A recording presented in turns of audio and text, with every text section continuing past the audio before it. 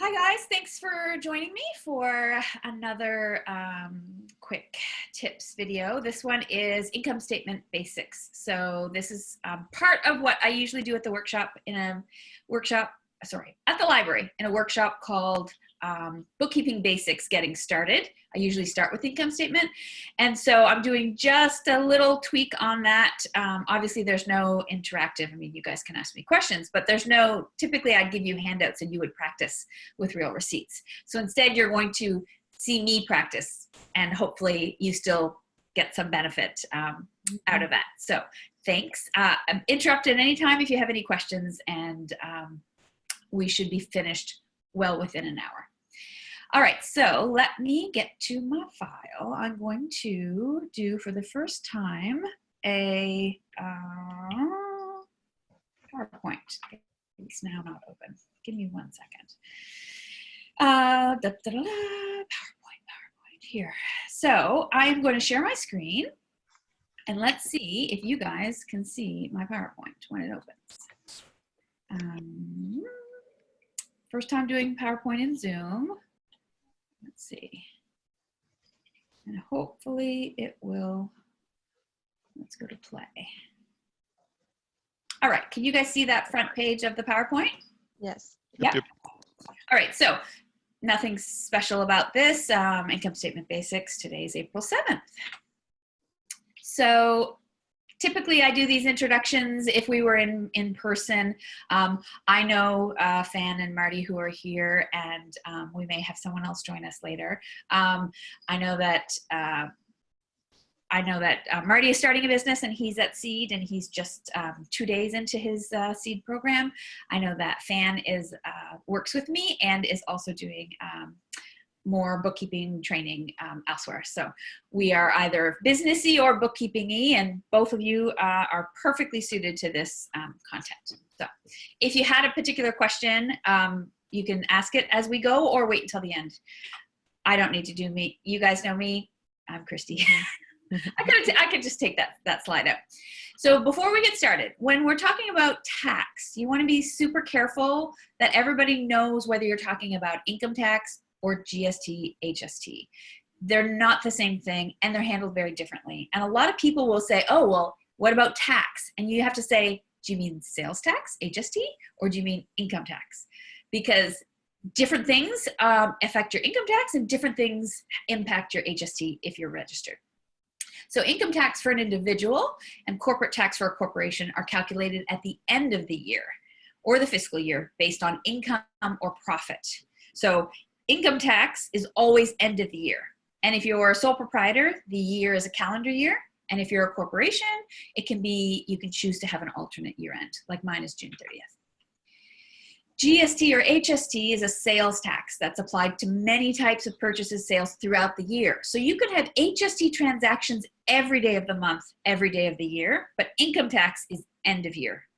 Okay, GST is the federal portion, and provinces like Nova Scotia use a blended federal and provincial sales tax called HST.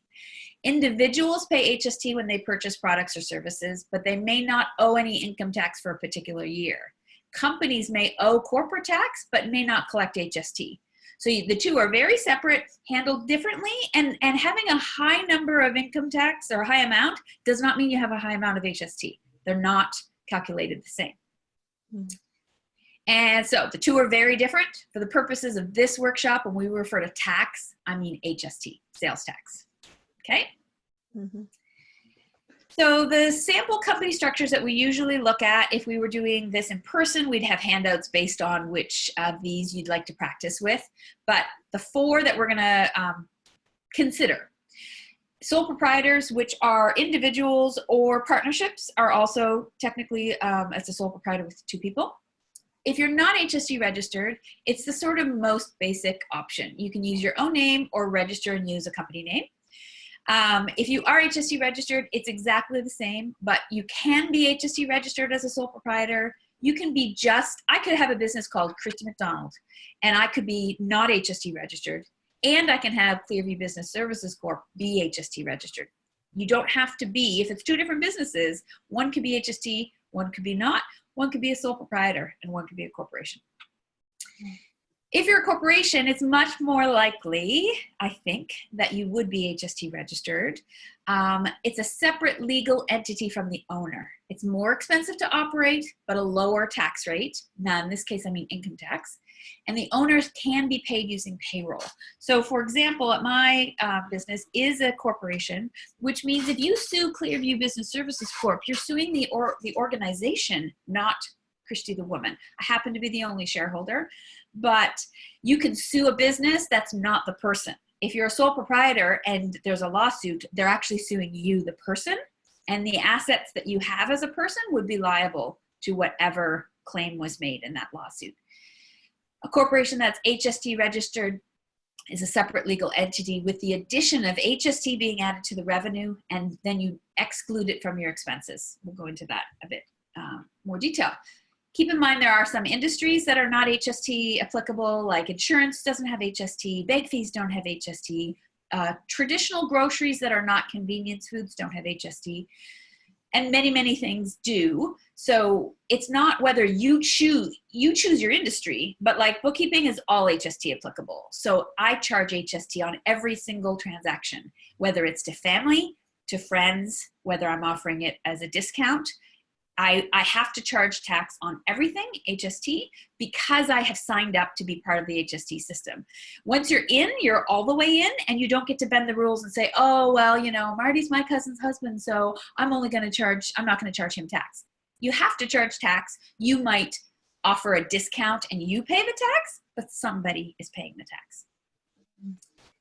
When we get to the income statement, itself, which is like where, if you understand the income statement, you've got half of your business bookkeeping, at least half, sorted out. They're also called profit and loss, or P&L if you want to be cute, and I'm not.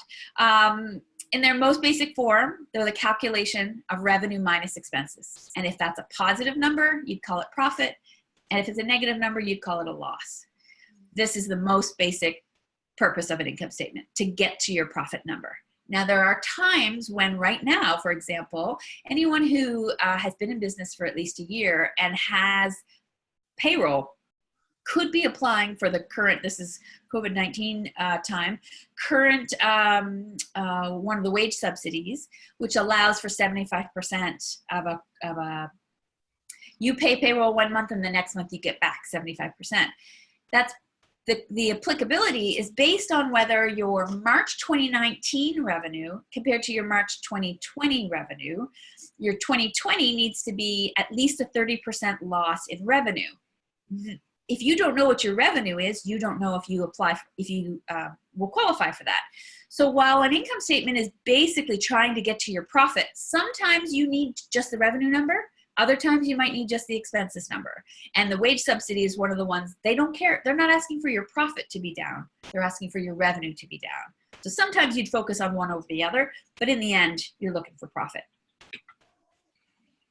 So if we look at this simple example, which I had faked in QuickBooks, pretending to be my business, Clearview Business Services. In this income statement, we have services or income, which is income and revenue are the same. We have a total of 1,000. What we don't know is how many pieces added up to that 1,000. All that we see here is the total. So a total of 1,000. It could be 10 times 100, or it could be just 1 at 1,000. We don't know, and at this point, we don't really need to know. We have here 12 expense accounts for a total of 780 in expenses. The profit would be 1,000 minus 780 equals the 220 at the bottom. And because the 220 is a positive number, it's profit. If it was a negative number, it would be a loss. One good thing to note is that all of the expense numbers that we see, and you'll never have one that's so nice to be 10, 20, 30, 40. That's just for visual purposes. These are all positive numbers. You don't make an expense a negative, because revenue is a positive, expense is a positive, and then the total revenue minus the total expenses equals your profit. So if you have a minus in a profit, if you have a minus in an expense, it means you must have had a refund. Like you bought something and then took it back, and the refund was greater than the thing you bought. Otherwise, there's no reason to see negative, there's no minuses here. there would be a minus at the bottom if your expenses are too high compared to your income, and your profit would become a loss. Does that make sense? Yep. All right, so parking is a good example. It's one of the ones I pull out all the time. If we were looking at a random receipt, we would want to say, is this revenue or an expense? Which month are we counting it for? And we would, because we're pretending to be my business that is HST registered, the amount that we would include on an income statement is the subtotal, not including the tax. Because if you're registered for HST, your HST goes separate, because the CRA is expecting you to send them the HST you've collected minus the HST you've spent. So it is going to be taken care of in its own column. So it does not hit the income statement if you are registered. If you're not registered, no one is offering to give you back that HST, and then you just use the total, and it doesn't matter really the split between subtotal and tax, because you have to just use the total. So I always use my thumbs. If you are registered, thumbs up, then you don't include it, thumbs down. And if you aren't registered, you do include it, if that helps. So if we look at this parking receipt, we know, you guys know me, Clearview Business Services is not in the business of selling parking. So as far as, is this revenue or an expense? Well, it depends on who you're looking at this receipt. If you are the library, in this case, the library does make money from parking, or Indigo, the company that runs their parking. But Clearview is the purchaser, because I do not sell parking. So for Clearview, it's an expense. But the same receipt to the library is income. And some of the things we're going to look for on this receipt are exactly the same for both of us, with the library looking at it through the eyes of being the seller, and me, Clearview, looking at it through the eyes of the buyer, the purchaser. So as far as revenue or an expense, well, this is an expense to Clearview because I do not sell parking.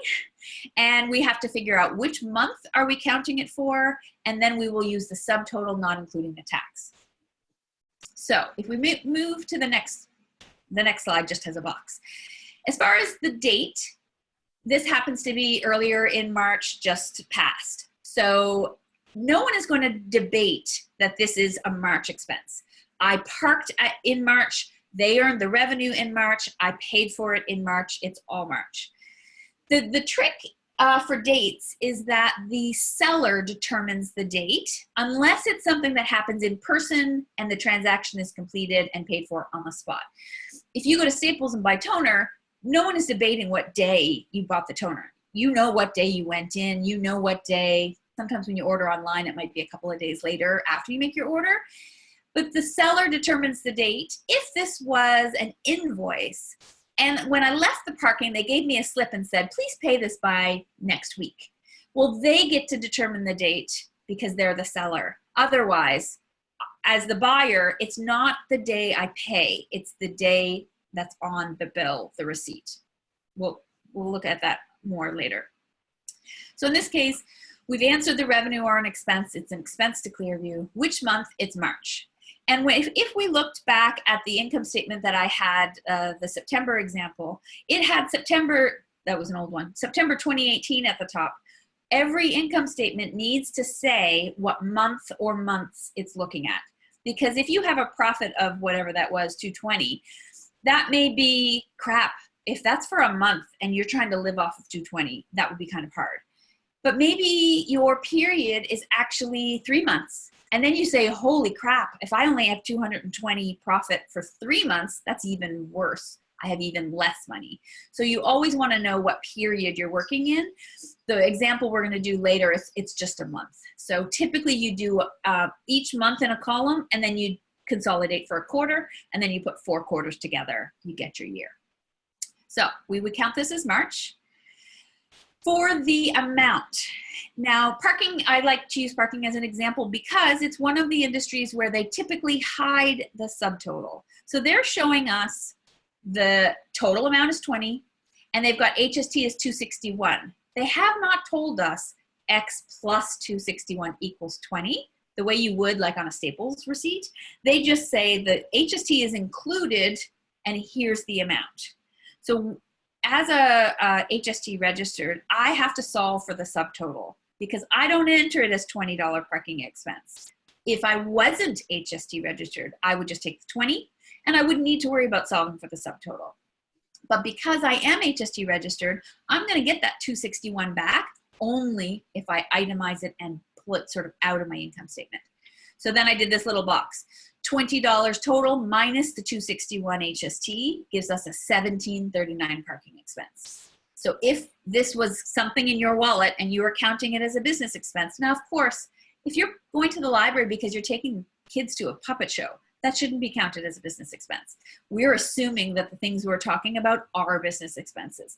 I like to make a note that says this parking was for this client, for this workshop, for this event, so that if and when someone questions you later, if you get audited 5 years later, you may have switched calendars by then, you may not be able to look it up. And if you have a note either on the handwritten, on the paper copy before you scan it maybe, or a note in QuickBooks or wherever you do your bookkeeping, I think it's good to keep track of the reason for the parking, because otherwise it could just be a whole whack of parking and you want to validate why it was a business expense.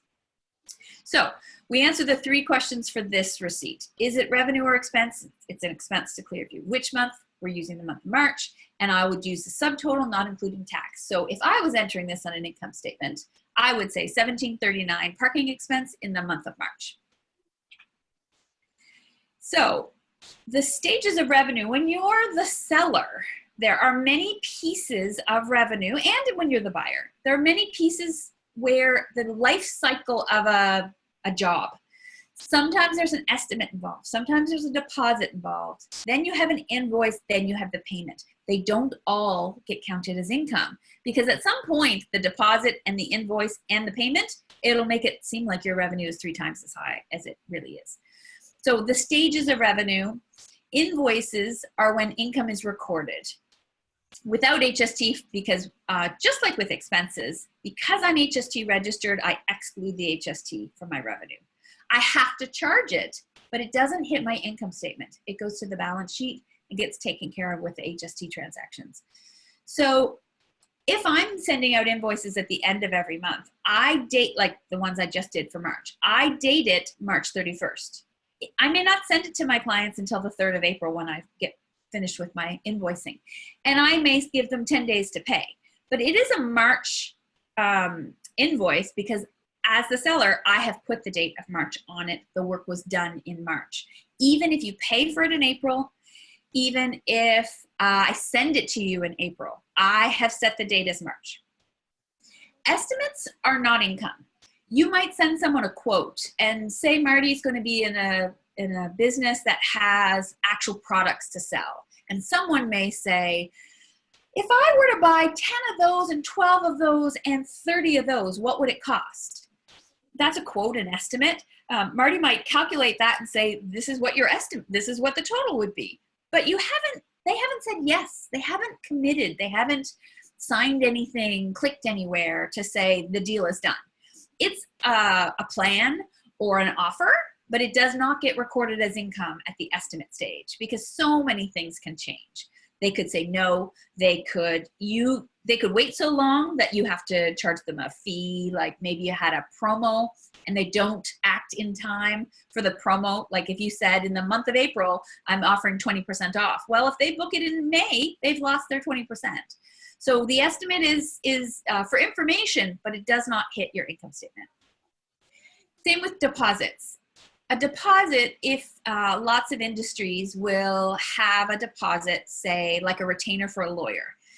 A lawyer will typically not work lots of hours if they're unsure if they'll get paid. So you might have to give them $5,000 up front. Then they do their $5,000 worth of work. They then send you an invoice to say you finished your $5,000. The deposit is not income to them, and the deposit is not expense to you. The invoice will be the expense to you and the income to them. So deposits, just like estimates, deposits are a little more actual. They're not just wishes, but when the work is done, when the product is delivered, that's when you count it as revenue. Same with payments. If I send out my invoices the 31st of March, some people pay right away and some people pay on the 10-day, I give 10 days to pay. Some people pay late. The date of the payment does not determine the month of the revenue. I have put March 31st, so it is March revenue for me. It should be March expenses for my clients, regardless of the date that they pay. And refunds and returns. If you were selling a product and you sold 100 of them in March and they paid for them, no problem. And then in April they say, crap, you know what? These really aren't what we needed. I need to return these 100 and get 100 of these bigger ones. In April, it would be a minus in your income account for whatever that product was. So you don't go back and change March because the refund is an April event. So you might have, say, plus 1,000 income in March, and you might have minus 1,000 income in April. If they then rebuy something else, your minus will be offset by the new purchase, but you don't have to move the minus to match the March if the refund didn't happen in March. Sometimes you'll buy something from Staples and you'll say, crap, this isn't the cord I needed. You take it back the next day. It can be a plus and a minus in the same month, and it nets out to zero if it's the exact same thing. Does that all make sense? Yep. Okay. So transitions here. So what we're including in our income statement, revenue and expenses. What we're not including, assets, liabilities, and equity. These are included on a balance sheet. An example of an asset is your checking account balance. That is not, it may be the result of income and the result of expenses, but it in itself is not. So bank accounts, loans, credit cards. Credit cards and loans would be liabilities, and equity would be profit from a previous period, retained earnings, investment. All of those are still necessary, but they're a balance sheet. They're balance sheet items. They do not fit in the category of either revenue or an expense. So you might have things like a transfer from checking to savings. You still need to know that the money went between checking and savings, but neither checking or savings, that's not an income. It's not a new item that gets tracked to the income statement. Not an expense, and it's not income. You need to take these transitions out. So watch for your HST status. If you are registered, you don't include the tax on your revenue or your expenses in your income statement. You'd strip it away, and always you're going to use the subtotal. If you're not HST registered, then the tax that you pay on your products that you buy have to be included with the subtotal. You just wouldn't be charging tax. So in revenue, there's no tax to take off because there would never be any tax. And be aware of the payment method. So for sole proprietors, where they're one legal entity, person and business are the same, it really doesn't matter for a sole proprietor whether you use personal Visa, personal cash, business cash, boyfriend's cash. None of that matters. All that matters is the sole proprietor paid for the thing. Corporations, where they're separate legal entities, every item that is paid for personally, in order for it to become a business expense, the corporation needs to pay you back, or at least record that it owes you. Every penny needs to be accounted for the corporation. And they're very particular about which account did you pay for that. Did you pay for that out of your personal Visa or your business Visa, your personal MasterCard or your business MasterCard? Sole proprietors, it's much less important because nobody cares where your personal money went. They care where the corporation money went because it's really not yours. You're just the shareholder. Thank you. So that's the end of the PowerPoint. We can go back to any slide we need to. What I'm going to try to do is work our way through my sample here. One thing. So if hopefully you guys can see this. You guys can see this income statement I have here? So let's see, if I maybe, oops, not spelling. I need to move some of the Zoom windows that are on top of the screen. You guys can't see them, but I can see them, and I move them around and they're in my way, but when you watch the video later, you'll be like, what was she reaching for? There's nothing in the way.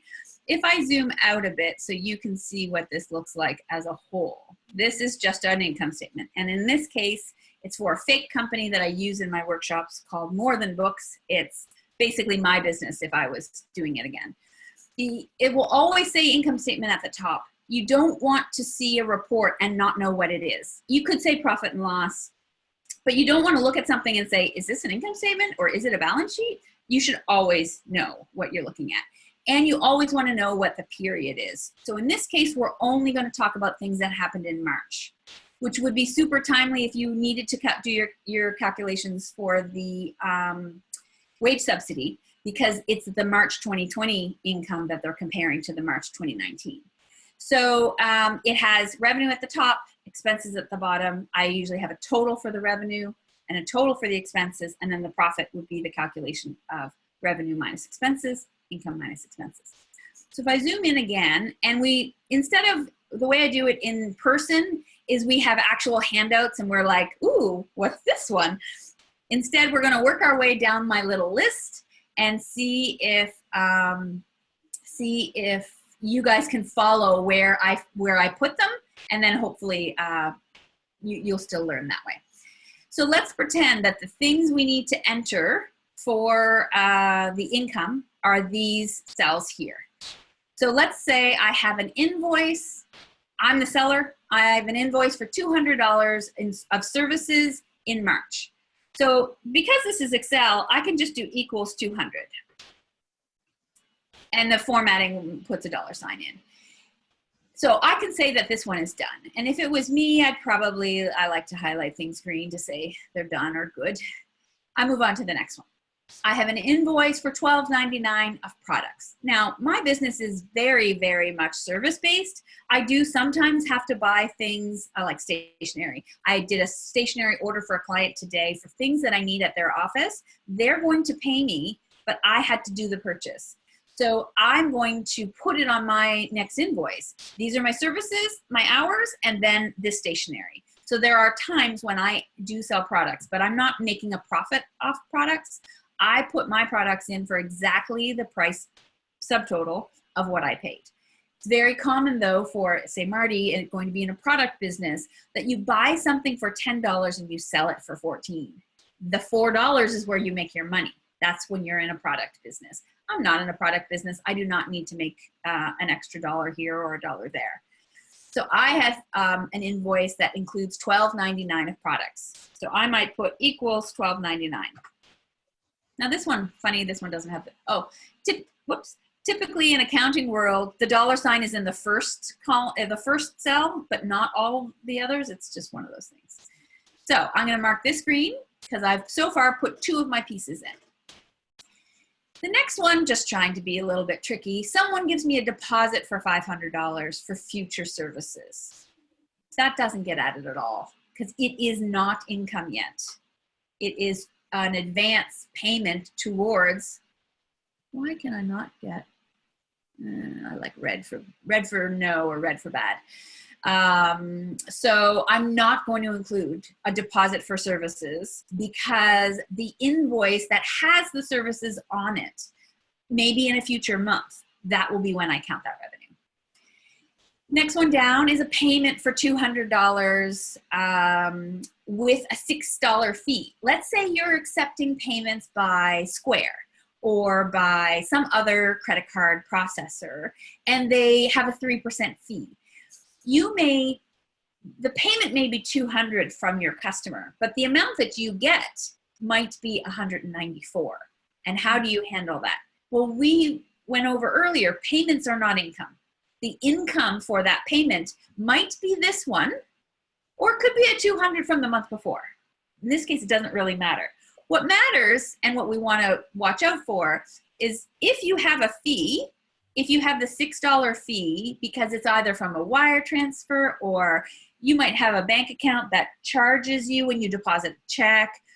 I have a bank account that charges me 50 cents when I have an e-transfer received. But the date of the bank fee, Square fee, whatever, is not based on the invoice date. It's based on the date of payment. So the payment of $200 doesn't hit our income statement, but the $6 fee does. So I might take that $6 fee and put it down here because the payment, this happened in March. So while let's say this is going to be green, or let's do this as red. Whoops, this to say here, we'll make it red. Make it red.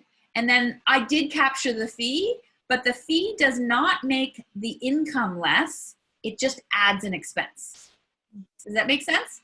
You don't go back and say, oh, that 200 should be 194. Your income is your income is your income, regardless of the method of payment. If the method of payment creates a fee, that's an expense.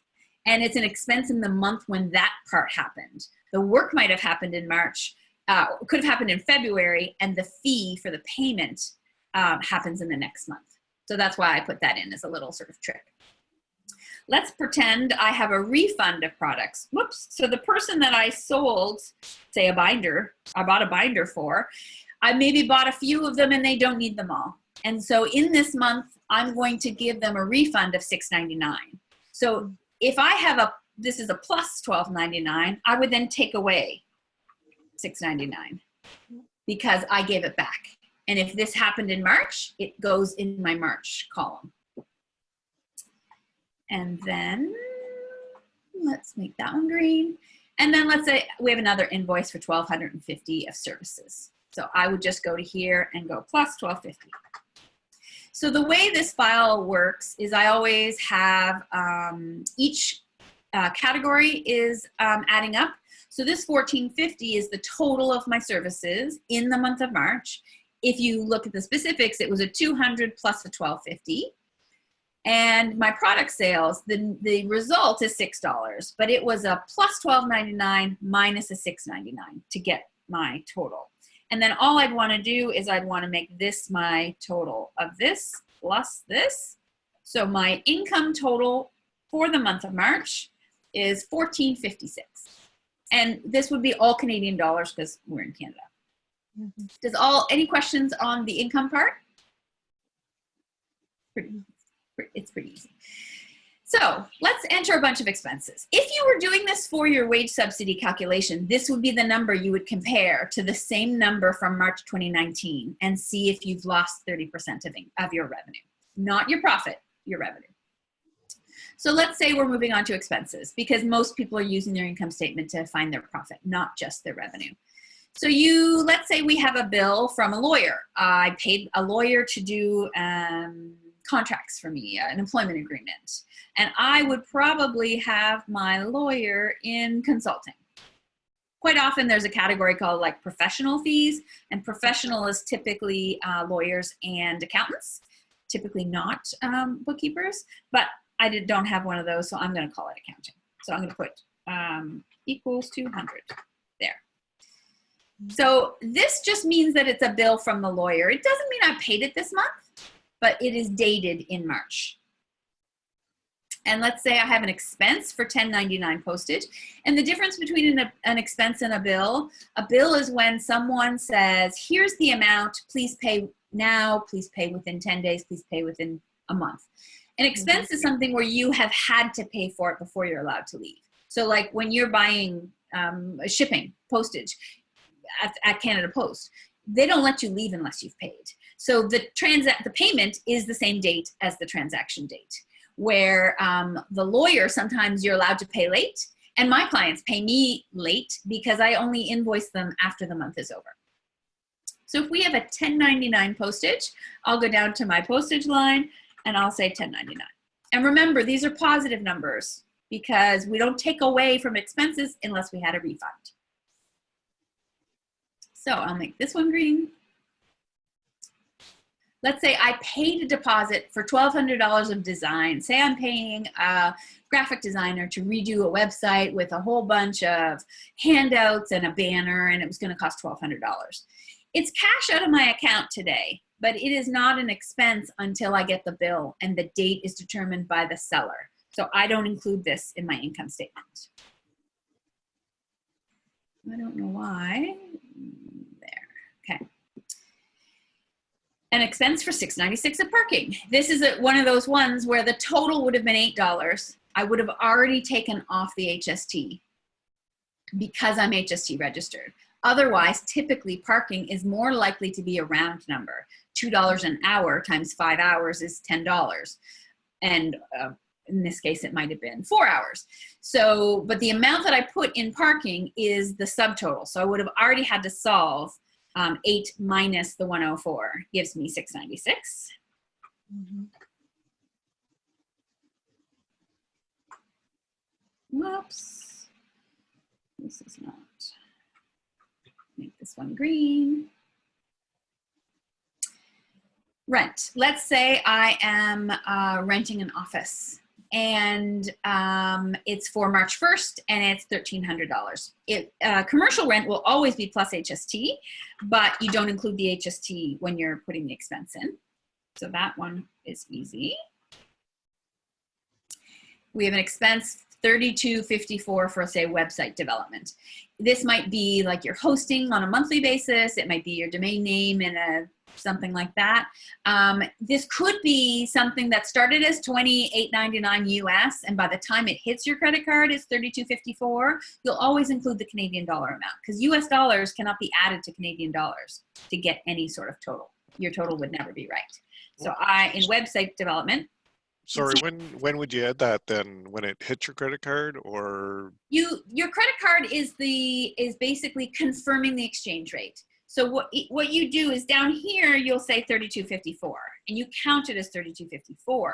If you had a PDF of that bill and in the description maybe in QuickBooks you'd say $28.99 USD times 1 point whatever exchange equals $32.54 charged to Clearview Visa.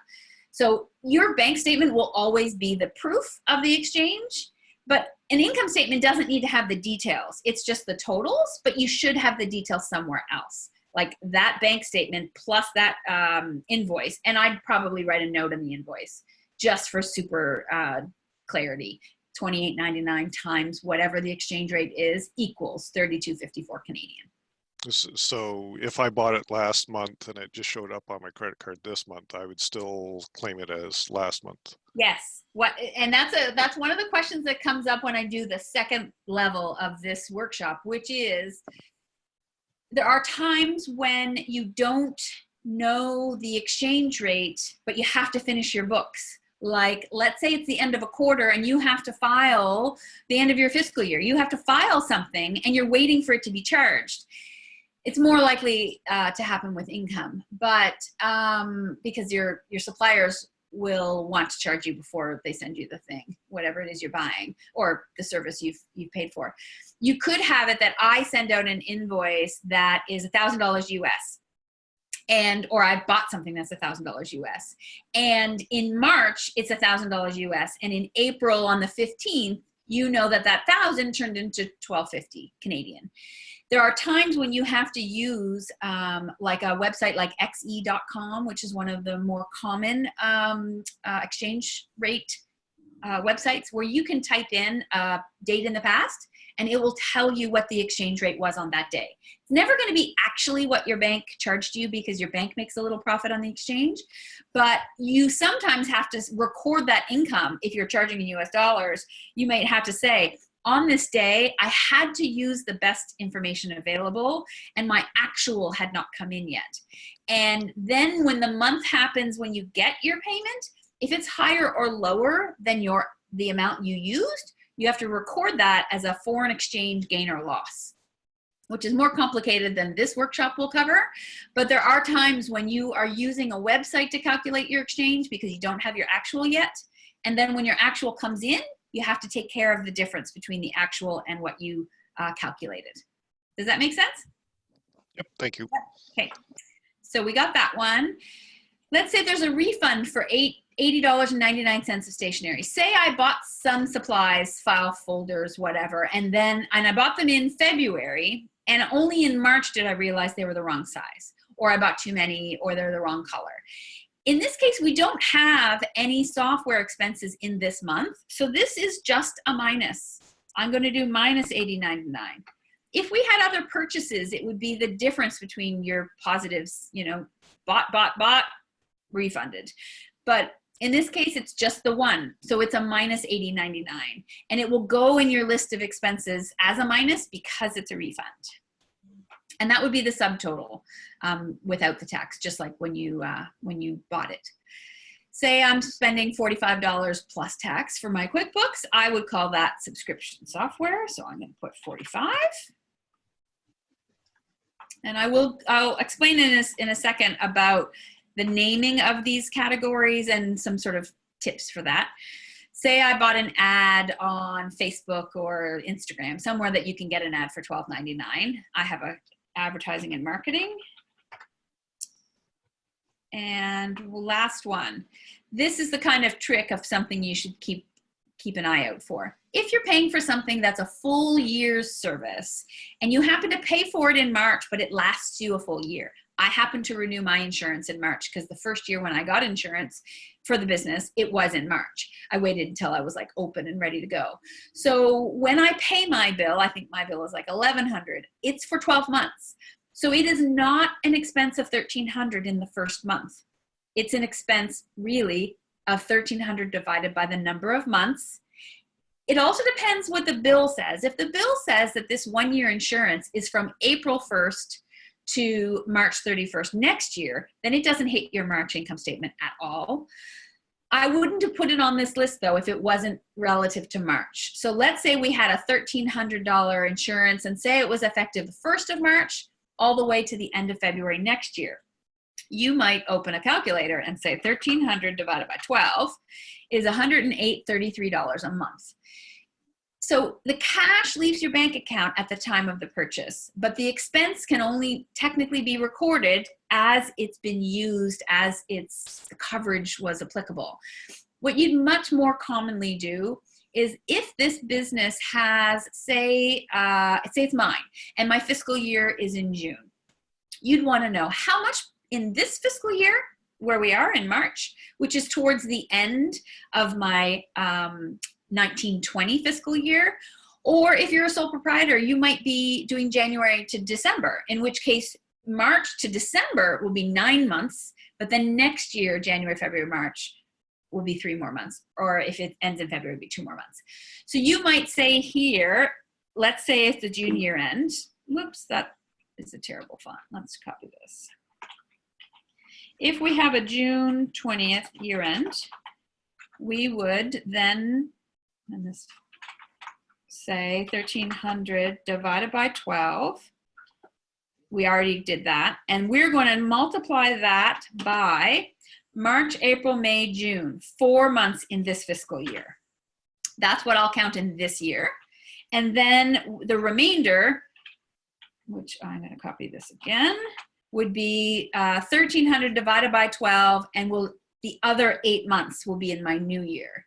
So I might have an expense in this year for the things that are going to hit this year. So I do 1,300 divided by 12 times 4. So I might say 433.33 goes in insurance. Then what I would do is I'd have a prepaid expense, which is a little more complicated, but it will show up as an expense, say July 1st for the remainder. So July 1st will take the rest. 1,300 take away 433.33 is 866.67. The key to this is you don't want your rounding to always have pennies left over.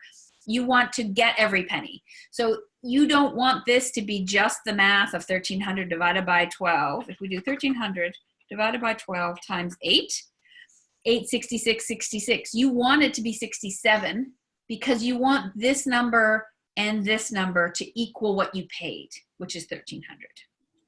Now, for my business, I actually expense things every month. So I would take that and say, whatever the amount was, I would say 1,300 divided by 12. And I do 108.33 for March, April, May, all the way to January. And then at the end of the year, we'd have 108.33. We had 11 of those. We take away the 1,300, and the 108.37 will be the last month. I usually reconcile. It's either a few pennies over or a few pennies under in that very last month. Some people will break things out by the quarter. Some people will break things out by the month. You should at least break it out by the fiscal year, whether you're a sole proprietor for the calendar year.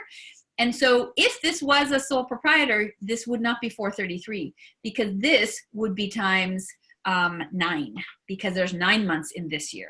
So it depends on when your year is, how this bill would be split. Does that make sense? Hope so. So if I was doing a total of my expenses, I would total all of these columns, all of these rows. That did not work. So I have 1,966 in my expenses. It happens to include one of these as a minus, but that doesn't matter. It just all goes down to my total. Here I have my income is 1,456. I have my expenses in this month are 1,966, and my profit or loss will be my revenue minus my expenses. Now, in this case, this got a teeny tiny minus there with the dollar sign. So this would be profit loss, because this is a loss. In all it means is that in this 1 month, your expenses were more than your income.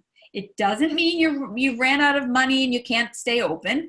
It just means that if every month was like this, you would have a cash flow problem, because you would run out of cash. Because profit, you know, if a business that has no profit eventually has no cash. It's not tied. Your bank account balance is not line by line tied to this, because there are other things that goes into loans and stuff like that.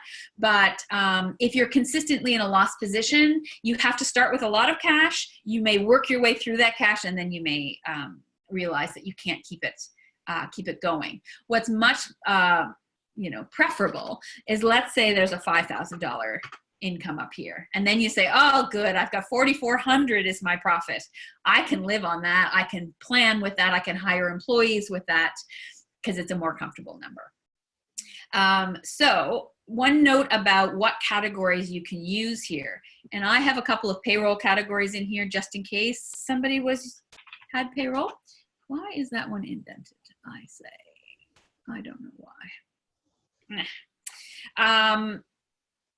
If you're a sole proprietor, you are going to record at the end of the year your income and your expenses on your personal tax return. And that's why it's stuck in the calendar year, because your personal tax return will always be, income tax will always be a calendar year. The categories that you get to choose to fill in the form that goes with your personal tax return, the form is called a T2125. If you were a sole proprietor, you need to know this number. Whoops, that is super tiny. The T2125 is the form that the sole proprietor uses to take, it's like a T4 you generate for your business. A T4 you get from your employer, and in this case, you're creating it. The categories of expenses on a T2125 are locked in. There are only a few categories, and there's like 1 or 2 spots where you can have other. You don't get to separate your printing from your stationery if they don't have categories for printing and stationery. So there are times they have something called office supplies and office expenses. And I like to think of office supplies are the kind of things that every business would have. And then I say office expenses are the things that are specific to your industry.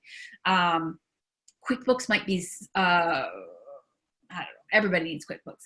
That's not a good example. If I had something that was specifically bookkeeping related, I'd say that's an office expense. You can still have an income statement with all of these very customized, narrowed down categories. Like if you want to know your software versus your stationery, you just know that you're going to have to put them together when it comes to your T2125, because you don't have unlimited choices. Corporations can have unlimited choices. You can have this category be as narrow as the information is valuable to you. So if you want to keep track of design software separate from accounting software, you can totally do that. But know that if you're a sole proprietor, you would have to put them together to give the totals in the categories that you have, the boxes you have to fill. So another good thing about being a corporation is you can have as many accounts as you want. For example, I like to keep my marketing events separate from my advertising and marketing, so that at the end of the year, I can look at the marketing events and say, wow, I spent an awful lot on those events, and I don't think they were really worth it. When the advertising could be super worth it, and the events may not be. And you can judge, you can make plans based on the success or failure of these when they're narrowed down. it's harder when everything's lumped together to say, was that particular thing worth it? You'd have to sort of look at the details to see. So if we went to, say, zoom out, let me move this again. If I zoom out so you can see the whole page, we need 75. So it's going to be way too small for you guys to see, but the total, we have our revenue at the top, we have our expenses at the bottom. Revenue minus expenses equals profit or loss. Does anybody have any questions? Nope. No? I might just unshare my screen for a second so I can see you guys again. Let's see.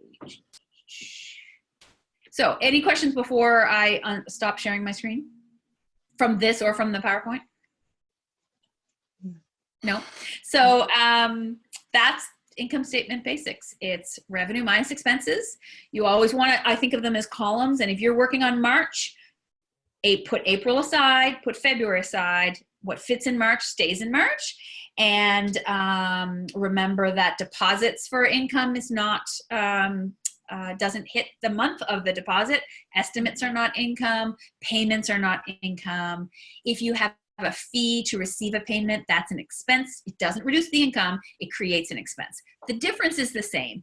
The $200 example I had a $6 fee. You're still only going to get $194, but it should be $200 revenue and a $6 expense. You don't reduce the revenue to absorb the fee. There are sometimes with some suppliers that you basically can't take the fee out, like the exchange rate on a credit card. The bank makes money on the exchange rate, but they don't itemize it. You just have to count it as that website development, let's say. If it was $28.99 US and you paid $32.54, somewhere in there is a percentage that the bank is making as a profit, as their fee. But you cannot split it out. There is nowhere to show you. So you just say that's the exchange, and it makes that thing. You don't have to split out 1% as bank fee to the website development because there's no way to assess it. They'll never put it in writing. You'll never sort of get it. One thing I like to remind people of is if you're booking travel, which these days most people are not traveling or even allowed to travel, if you use something like Expedia or Hotwire, or even Airbnb, when you're using a reseller like a travel website, they will say the room is 100, the taxes and fees are 20, the total's 120. If you book that same hotel with the actual hotel, they will say it's 100 plus 15 HST plus $5 marketing fee, hotel licensing fee, regional something fee. They have other things that are not HST. The hotel itself will itemize the HST, and you can only include the HST when it's itemized and you can tell exactly how much it is. If you buy that $120 total hotel through Hotwire, you have to count it as 120 expense because they will never tell you they'll never give you the breakdown of the fees versus the taxes. When going to the hotel itself, will always give you the breakdown. So you would only choose Hotwire if the total of 120 was less than the subtotal at the hotel.